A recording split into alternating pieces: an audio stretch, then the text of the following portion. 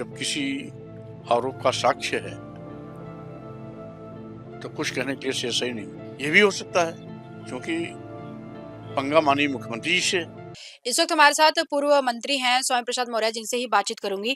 Sir, अब मुक्तेश्वरानंद जी का जो मुद्दा है वो लगातार सरगर्मी बढ़ा रहा है और ऐसे में उनके पे एक आरोप बहुत बड़ा गंभीर लगा है कि उन्होंने 2 बच्चों का यौन शोषण किया था, जो कि आशुतोष ब्रह्मचारी जी ने आरोप लगाया और सीधे कोर्ट में जाके ये पॉक्सो कोर्ट में ये आरोप को साबित किया गया, मतलब कोर्ट में आरोप लगाया गया और बच्चों का जो है बयान भी दर्ज कराया गया।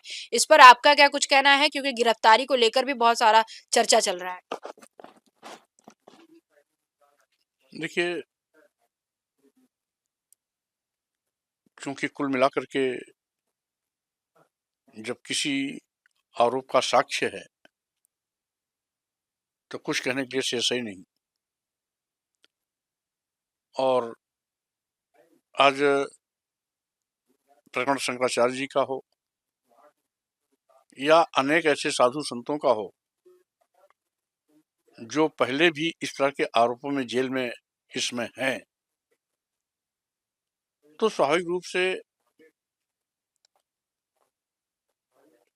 आज जिस तरीके से बड़े बड़े मठों में बड़े बड़े साधु संतों के द्वारा इस प्रकार के कुकृत्य किए जा रहे हैं, ये अपने आप में न केवल निंदनीय है बल्कि चिंतनीय भी।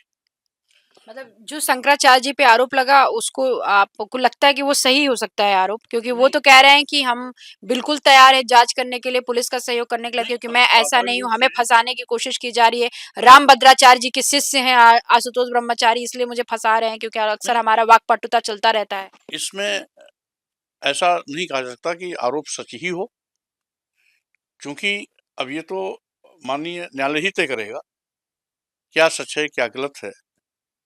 ये भी हो सकता है क्योंकि पंगा माननीय मुख्यमंत्री जी से है। हो सकता है ये आरोप साजिशन लगाए गए हों, लेकिन आरोप सही है या साजिशन है ये भी तय करेगा माननीय न्यायपालिका।